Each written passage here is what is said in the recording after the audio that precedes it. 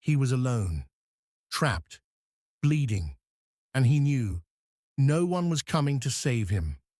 In April 2003, 27-year-old Aaron Ralston decided to go on a solo hike through Bluejohn Canyon in Utah.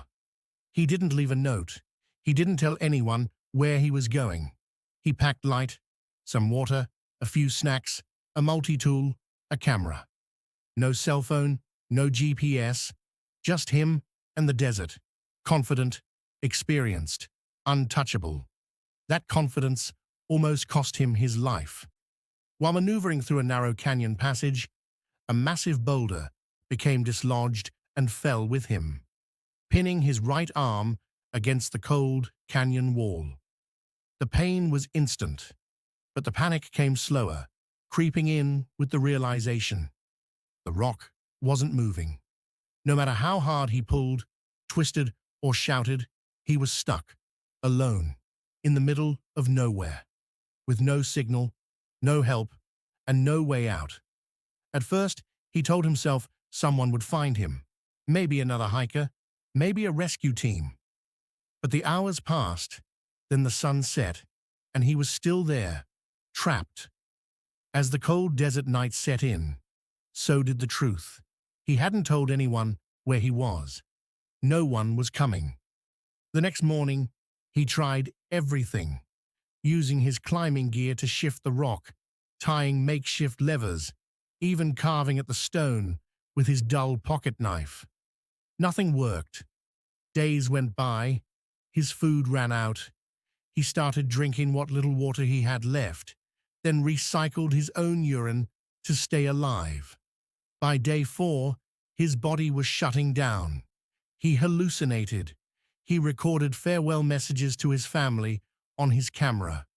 He etched his name and presumed date of death into the rock. He accepted that he might die there, alone, in silence, in the same clothes he'd worn days earlier. But deep inside him, something still refused to give up. This wasn't just a story about survival. It was a story about decision, about doing what most people couldn't imagine.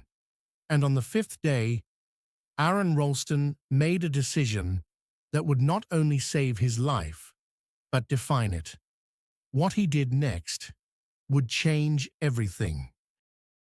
By day 5, Aaron Ralston was no longer the same man who had entered that canyon. He was weaker, dehydrated, and hollowed out by the silence. But his mind was still awake. His spirit, somehow, still alive. He had no food, barely any water. The desert heat scorched his skin by day, and the cold gnawed at his bones by night.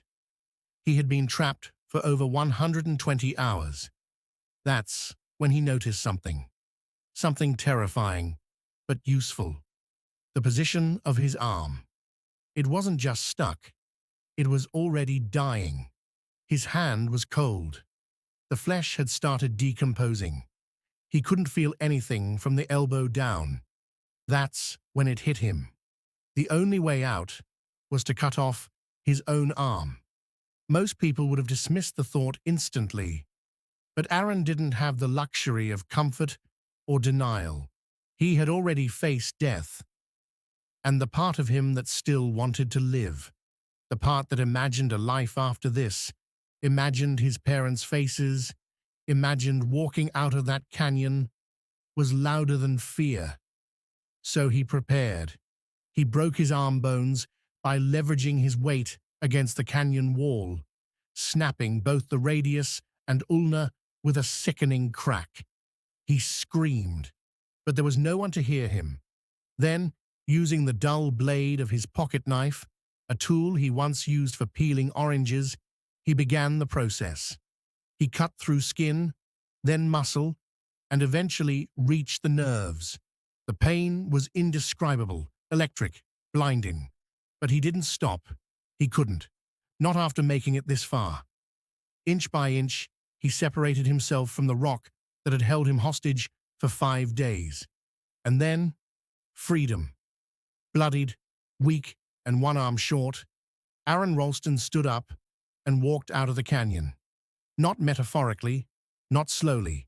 He literally climbed out of that slot canyon, rappelled down a cliff face, and hiked nearly 7 miles under the blazing sun, until he found help. He was alive, against all odds. But the story didn't end there, because what he did next turned him from a survivor into something more, a symbol of human willpower, of choosing life when everything else says it's over. And it's in what came after that the real lesson lives. As Aaron stumbled through the desert, blood covering his clothes and pain searing through every step, he was running on something more powerful than adrenaline, pure will to live. After hours of walking under the brutal sun, he encountered a Dutch family hiking in the area. They were the first humans he had seen in nearly 6 days. The father immediately rushed to call for help, while the others gave Aaron water and comfort. When the rescue helicopter arrived, it found a man on the edge of death, but not defeated, not broken, just transformed. At the hospital, doctors treated his wounds and saved his life. They also retrieved the arm he had left behind, still trapped under the boulder, and cremated it according to his wishes. The park rangers later estimated the rock that pinned him weighed over 800 pounds. He never stood a chance of moving it. But what came next shocked even Aaron. The story made headlines across the world, not because it was tragic, but because it was almost unbelievable. A man caught alone in the desert, forced to amputate his own arm with a dull knife, and then hike miles to safety. It was the kind of story that felt like a myth, like something out of a movie, and soon it became one. In 2010, his ordeal was adapted into the film 127 Hours, directed by Danny Boyle and starring James Franco. The movie captured global attention, but what truly stayed with people wasn't the gore or the pain or even the heroics. It was the choice, the terrifying, powerful moment when one man decided to live, no matter the cost. Aaron didn't stop there. He became a speaker, an author, a climber once again. He returned to the outdoors. He returned to himself. Because for him, survival wasn't the end of the story. It was the beginning of a deeper understanding that life is fragile, unpredictable, and precious, and that sometimes, to truly live, we must be willing to lose something we thought we couldn't live without. Stop for a second and ask yourself, what would you do? What would you do if you were trapped, cut off from help, cut off from hope, with no one coming and nothing left? Would you panic? Would you freeze? Or would something awaken in you? Aaron's story isn't just about climbing or adventure. It's about something deeper. It's about the human spirit, the terrifying, beautiful truth that inside all of us, there is a force that doesn't surrender, a spark that refuses to be extinguished, even in complete darkness. He was alone in the canyon, but he wasn't alone in the experience.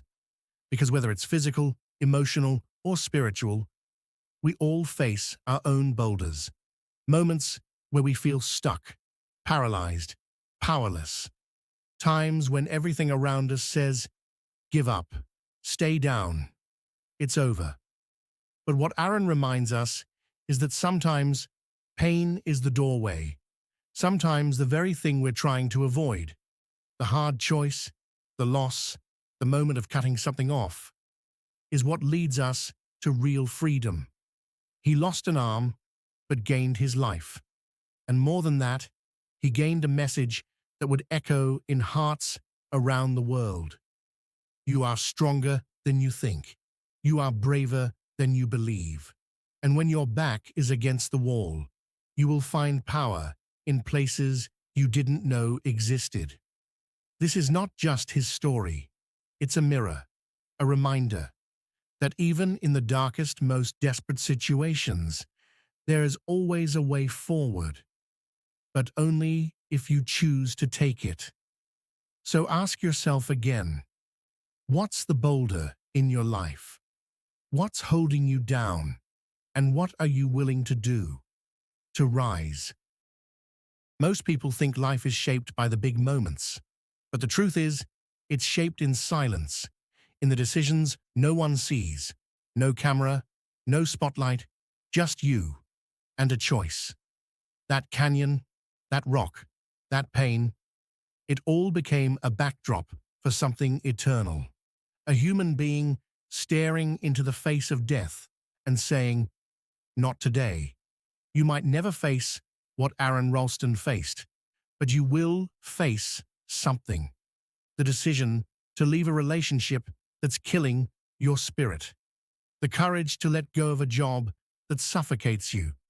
The silence of your own thoughts when you're lying awake at 3 a.m., wondering if this is all there is. The truth is, the most powerful stories don't happen on movie screens. They happen in moments of stillness, in your mind, in your heart. And in that moment, when you feel like no one sees you, no one understands, no one's coming to help, remember this.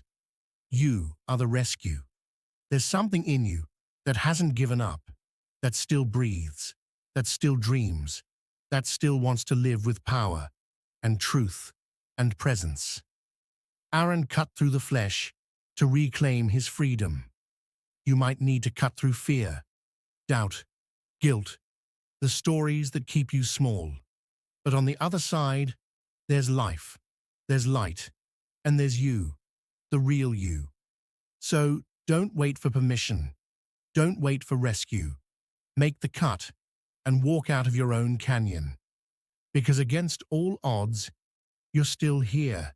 And that means it's not over yet. If stories like this speak to you, subscribe to the channel. We bring true stories of survival, strength, and transformation every week.